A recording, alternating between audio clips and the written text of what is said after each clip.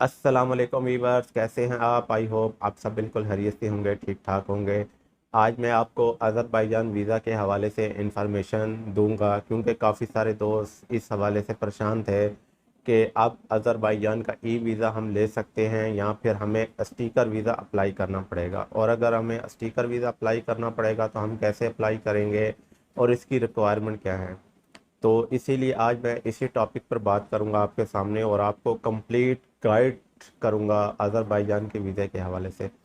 उससे पहले आपको बताता चलूं कि अज़रबैजान एक एशियन कंट्री है, एशिया में आता है, लेकिन ये कंट्री यूरोपियन तर्ज पर डेवलप हुई है और यहाँ की जो पब्लिक है इसका रहन सहन भी यूरोपियन तर्ज पर ही है। हालांकि ये एक मुस्लिम कंट्री है, लेकिन ये बहुत अरसा रशियन फेडरेशन के कब्ज़े में रही, तो इसलिए यहाँ पर इनका तर्ज ज़िंदगी यूरोपियन तर्ज का बन गया था। और अगर इसके बॉर्डर्स की बात की जाए तो एक तरफ इसका बॉर्डर आर्मीनिया के साथ भी लगता है, तुर्की के साथ भी लगता है और ईरान के साथ भी इसका बॉर्डर लगता है। और अगर आप अज़रबैजान जाना चाहते हैं तो आप बाई एयर भी जा सकते हैं और बाई रोड भी जा सकते हैं। बाई रोड आप पाकिस्तान से ईरान और ईरान से आगे अज़रबैजान जा सकते हैं। तो ये एक चीपेस्ट रास्ता है।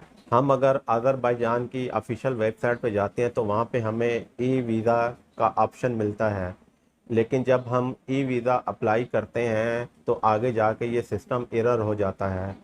तो इसका मतलब है कि ई वीज़ा पाकिस्तानियों के लिए बंद हो चुका है, अब हमें स्टिकर वीज़ा अप्लाई करना पड़ेगा। तो ई वीज़ा बंद होने की क्या वजह है? इसकी मेन रीज़न यही है कि पाकिस्तानी माशाल्लाह जिस मुल्क में भी जाते हैं तो वहाँ पे उनके कारनामे ऐसे होते हैं कि हमारे लिए सख्तियाँ हो जाती हैं। जैसा कि अज़रबैजान हमें ई वीज़ा दे रहा था, लेकिन हमारे पाकिस्तानी वहाँ पर गए हैं तो वहाँ से इनलीगली तरीके से आगे आर्मीनिया की तरफ जाने की कोशिश की करते हैं, यूरोप में जाने की कोशिश करते हैं, तो काफ़ी सारे पकड़े भी जाते हैं। और फिर बहुत सारे, अगर आप बक्कू में जाते हैं जो कि अज़रबैजान का कैपिटल है, तो वहाँ पे आपको बहुत सारे पाकिस्तानी काम करते हुए नज़र आएंगे और ये इलीगल वहाँ पे रह रहे हैं। तो जब ऐसी इलीगल एक्टिविटीज़ होंगी किसी भी मुल्क में तो वो आपके लिए वीज़े में लाजम बात है सख्ती लेकर आएगा। तो इसीलिए हमारा पासपोर्ट दिन ब दिन रैंकिंग इसकी गिरती जा रही है और हमारे लिए वीज़ा लेना मुश्किल होता जा रहा है। अज़रबैजान ने ये स्टिकर वीज़ा अप्लाई करने के लिए कुछ रिक्वायरमेंट्स रखी हैं जो कि बहुत ज़्यादा मुश्किल नहीं है।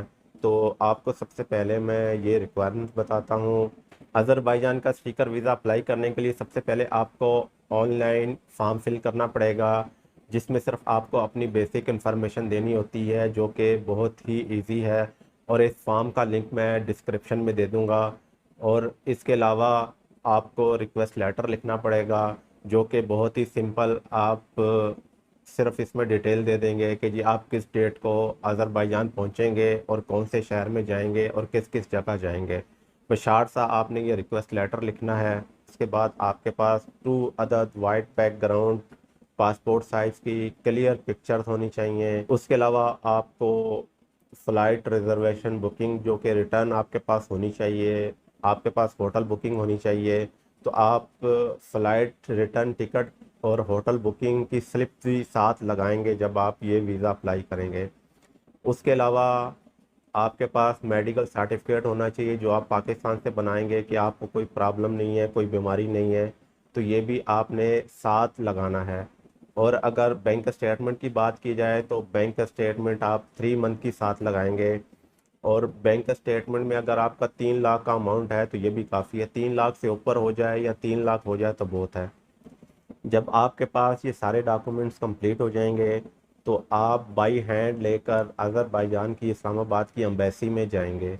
तो वहाँ पे आप मंडे से लेकर थर्सडे तक सुबह 9 बजे से लेकर 12:30 बजे तक आप इन डॉक्यूमेंट्स के साथ वहाँ पे जाके अपना वीज़ा अप्लाई कर सकते हैं और ये अपने रिक्वायरमेंट डॉक्यूमेंट जमा करवा सकते हैं।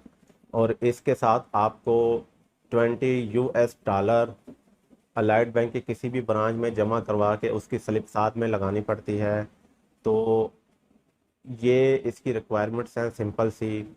और इस तरह आप ये वीज़ा अप्लाई करेंगे। ये वीज़ा अप्लाई करने के 7 दिन के बाद आपको ये वीज़ा मिल जाएगा।